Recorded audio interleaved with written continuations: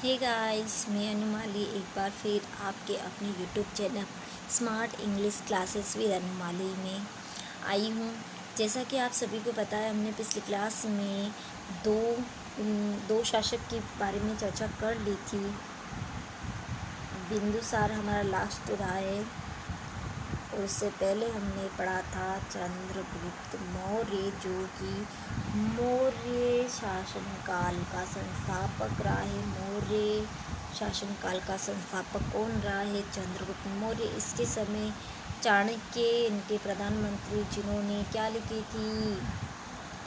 जिन्होंने पुस्तक लिखी थी अर्थशास्त्र। और इंडिका किसने लिखी थी? मेगस्थनीक ने। मेगस्थनीक किसका राजदूत था?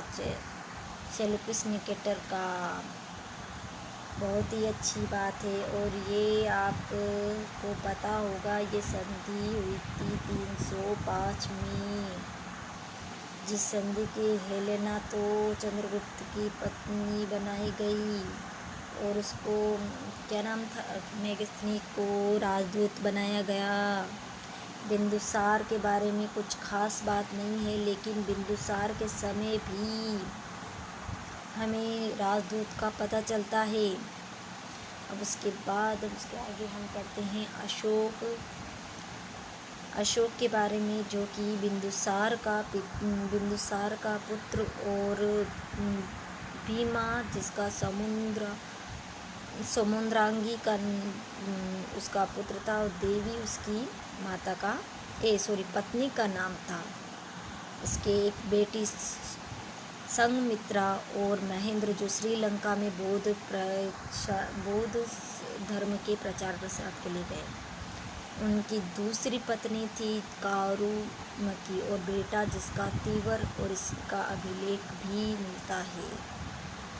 हम बात करते हैं अशोक पहले तक्षशिला उज्जैन का गवर्नर था अभिषेक से पहले, और उसके बाद उसका अभिषेक 269 में हो गया था। राज्याभिषेक से पूर्व अशोक उज्जैन अवंतिका का राज्यपाल थे।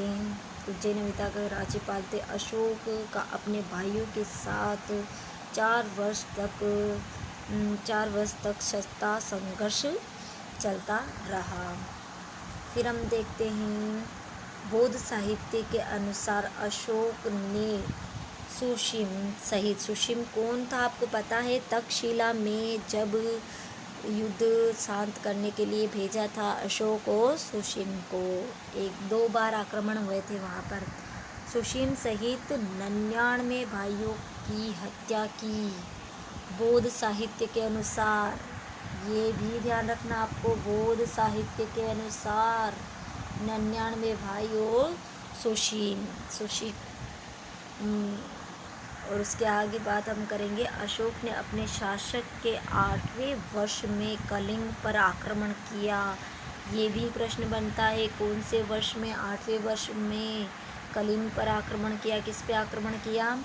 कलिंग पर आक्रमण किया, और वहाँ पर 1 लाख लोगों को मारे गए और 1.5 लाख लोगों को युद्धबंदी बना दिया गया।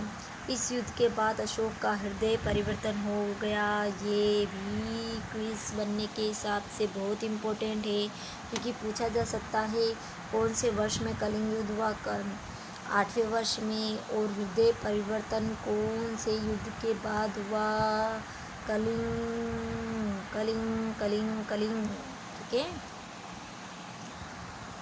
अशोक ने युद्ध घोष को त्याग कर धम्म घोष को अपना लिया।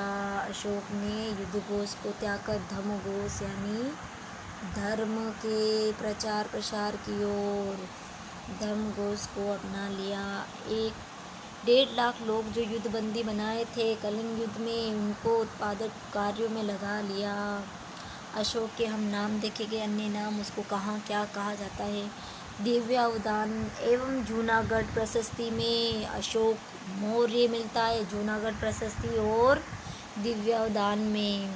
और पुराणों में अशोक वर्धन क्या मिलता है? पुराणों में अशोक वर्धन, भाब्रू अभिलेख में, बेराट और भाब्रू अभिलेख में प्रियदर्शी क्या मिलता है? प्रियदर्शी।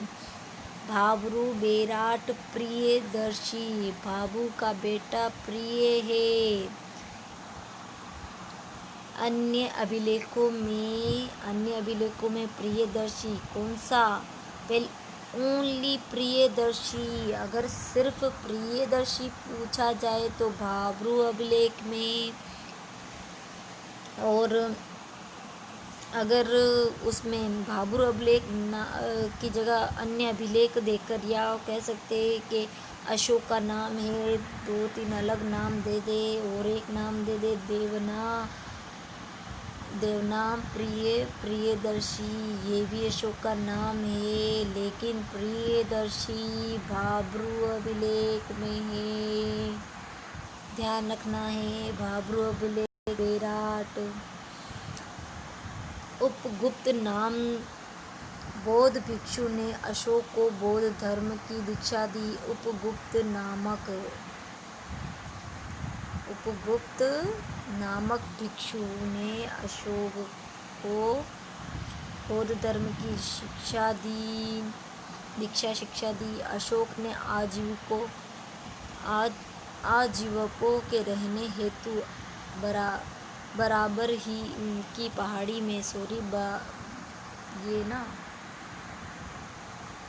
बराबर ना होकर बराबरा की पहाड़ी होगा कि 4 गुफाओं में, कौन कौन सी ये गुफाओं का भी ध्यान रखना है। आपके सामने आपके मोबाइल स्क्रीन में दिखाई दे रहा होगा, ये जो मैं अंडरलाइन कर रही हूँ।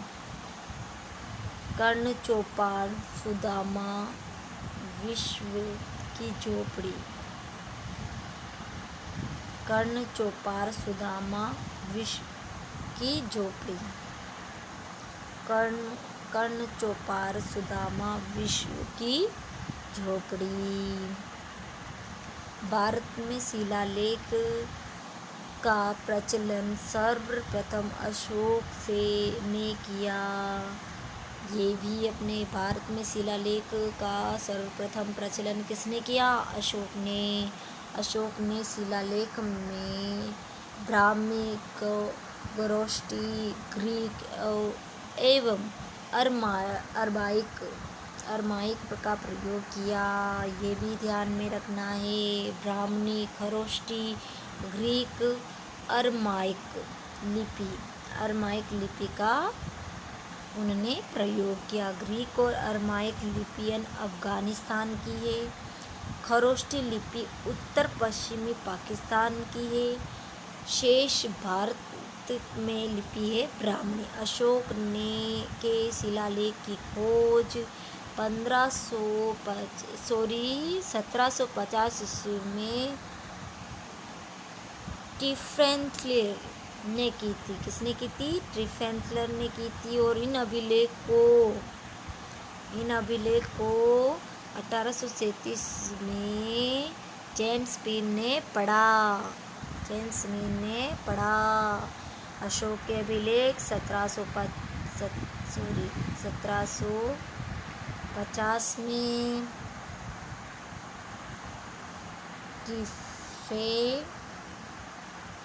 थेलर ने और पढ़ा किसने? 1837 में प्रिंस ने। वैसे प्रिंस के आगे क्या था? James Prince. ठीक है, याद रहिएगा। ठीक है, बहुत अच्छी बात है, याद रह जाएगा। तो ये हमारे महत्वपूर्ण तौर से जो हमारे इम्पोर्टेंट शासक आते हैं उनके बारे में था। मैं इसके अलग से, अगर आपको इसके अलावा शासक के बारे में जानना है तो वो भी बता दूंगी मैं। वैसे अशोक और बिंदुसार यही इम्पोर्टेंट थे। मौर्यकालीन कला, राज्य प्रसाद। तो हम देखेंगे राज्य प्रसाद में मुद्रा में चंद्रगुप्त मौर्य के राजप्रसाद को सुगाड़ग कहा गया है। मुद्रा राक्षस, मुद्रा राक्षस ये एक अभिलेख या फिर ग्रंथ में, हाँ सॉरी, मुद्रा राक्षस ग्रंथ में चंद्रगुप्त के राजप्रसाद को सुगाडक कहा जाता है। क्या कहा जाता है? सुगाडक कहा जाता है। 1912-14 में डीबी स्पूनर ने 1912-14 में डीबी स्पूनर द्वारा कराई गई खुदाई के अवशेषों से अनुमान लगाया जा सकता है कि चंद्रगुप्त मौर्य का राजप्रासाद लकड़ी द्वारा निर्मित था, जो आग लगने के कारण नष्ट हो गया। क्या हो गया? नष्ट हो गया। लकड़ी का माना जाता है, लकड़ी का माना जाता है। और किसके अनुसार? डीबी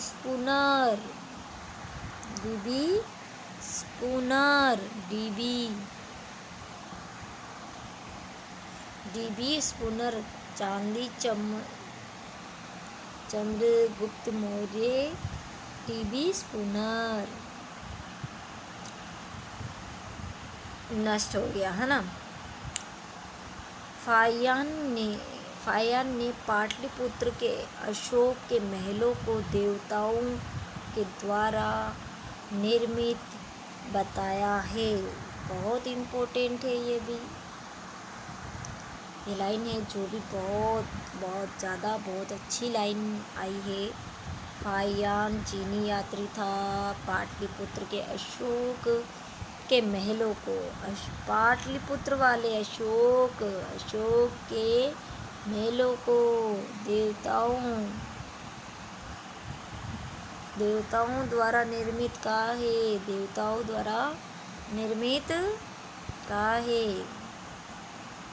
और कहा है कि यह मानव की कल्पना से बाहर है। ये इतना सुंदर और कल्पित महल है जो मानव के कल्पना से बाहर है। फायान ने कहा, चंद्रगुप्त मौर्य के समय लकड़ी के महल बनाए गए थे। अशोक के समय में राजप्रासाद पाषाण के बनाए जाते थे। देखो, चंद्रगुप्त के समय कोई भी अवशेष नहीं मिले राजमहलों के, किसी के भी नहीं मिले। इसलिए उनका कोई साक्ष्य न मिलने पर अपनी तौर तरीके के हिसाब से ये जो वैज्ञानिक दार्शनिक हुए हैं, इन्होंने अपनी खोज में ये मान लिया कि वो लकड़ी के होंगे जो जल गए होंगे, इसलिए नहीं है मौजूद। और अशोक के महल की फायान ने भी इतनी अच्छी तरीके से एक्सप्लेन किया है। और अदरवाइज़ हम ये भी देख सकते हैं कि अशोक के अभिलेख ये राजप्रासाद जो बने हुए हैं, ये किसके बने हुए आपको अभी मैंने आगे बताए थे, पाषाण से। और आप इतिहास पढ़ रहे हो तो आपको पता ही होगा, पाषाण मीन्स होता है पत्थर। क्या होता है? पत्थर। ठीक है, इसके आगे नगर निर्माण हम कल से करेंगे। Okay, bye, good night.